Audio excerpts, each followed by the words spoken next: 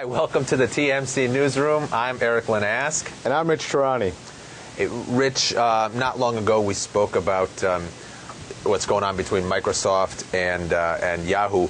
Well, now we've got something a little different to talk about Yahoo, and that's something you blogged about recently on Tehrani.com. And that, what kind of person does Yahoo need as its next CEO? Well, I outlined a whole bunch of things that Yahoo needs to look for in the next CEO and what the next CEO needs to do. And the first is they need to hire an entrepreneurial person that has seen market transformation and has successfully navigated market transformation and is able to act quickly. Yahoo, like many other monopolistic companies, grew up in a time where they were first, and they grew rapidly, and they didn't have to do much to assure their leadership. They're still the #1 ranked website in the world, and one might argue that they don't innovate as much as they used to, and they don't really roll out the new products like some of their competitors. Yet they still own the #1 position, and they haven't been able to grow revenue, which is a shocking concept. Well, so certainly some of the companies that follow them in those traffic rankings are being very innovative, are growing some revenue, but you know, there have been a lot of names thrown out there in terms of who might take over Yahoo, including current president Susan Decker, former COO, Dan Rosenwig, and several others. You know, in addition to having an entrepreneurial outlook and experience, what else do these people need to have? Speed. They need to be fast. They need to turn the company into a speed demon. They need to find the people that work slowly and the people that don't work hard and pink slip them within the first day of starting. They need to figure out a way to find the people that don't pull their weight and get rid of them as fast as they can.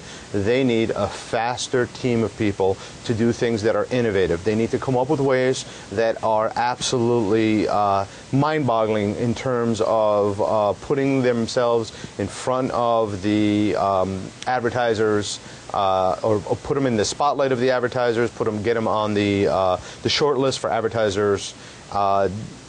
They need to be used by everybody. They need to get their services out in front of everyone. They need to make sure that everybody in that organization works as if they are in a startup. How big of an aspect, how big of a part of what Yahoo's doing is mobility? There's so much focus on mobility, mobile applications. Well, Yahoo was making a big push into mobile a while back. I haven't heard much from Yahoo on that front. Not that they're not somewhat successful there. They need to be bigger. Yahoo needs to be the primary name that I hear of when I think of mobile. Now let's think about all the things that Yahoo has. They've got email, they've got unbelievable fantasy sports sites, they've got news, stock quotes. The content that Yahoo owns is mind-boggling. The content that they have is the content that we all need worldwide. But they need to package it in ways where they are able to monetize it more effectively on mobile devices. And they need to do it yesterday. And they've also got their Yahoo Instant Messenger with voice. So, you know, so another way they're enabling communication between people. Getting back to the conversation we had not long ago, does the new CEO need to consider alternatives like still looking at potentially a relationship with Microsoft? If they can't get the corporate culture of Yahoo turned around where they're actually competitive and they take risk and they take on other companies, they absolutely have got to consider an acquisition. The challenge is that this is a broken company, a broken stock, a broken corporate culture. It's a company where a lot of the top talent has left. How do you turn that around? Well, you turn that around by doing innovative things. You turn that around by coming up with new products that people talk about. You turn it around by getting involved in the tech community, being everywhere, making yourself a vital part of people's lives, and promoting that fact. Yahoo, first of all, they've got to get rid of that stupid Yahoo thing at the end of all their ads. Get rid of that. I mean, that was fantastic in 1997. Time to move on. Time to have a more I guess, image of a broader company like an IBM, like a Microsoft, like a Google, of a company that has more substance behind it, of a company that is actually as successful as they are. How many people know that Yahoo is the top-ranked site in the world based on sites like Alexa.com and others, and ComScore and others? How many people know that? And I would guarantee you that no more than 5 to 10% of people know that. Isn't that an important thing for an advertiser to know, that Yahoo is the top site in the world? Wouldn't you want to advertise on the top site? But where is that in Yahoo's messaging? I haven't seen it. Yahoo is so low-key, they still have this monopoly culture. They think they're a monopoly. The culture seems to have been built when they were a monopoly. Their valuation went through the roof as if they were a monopoly. But the reality is, Yahoo, you're not a monopoly anymore. You are, but you're not. Your eyeballs are a monopoly, but your revenue growth is not there.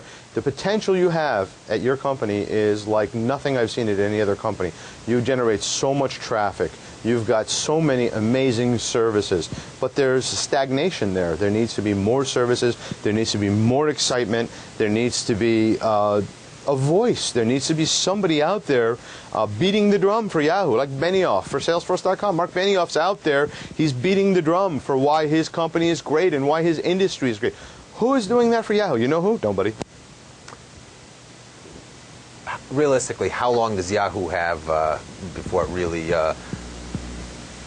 gets into trouble without a new CEO?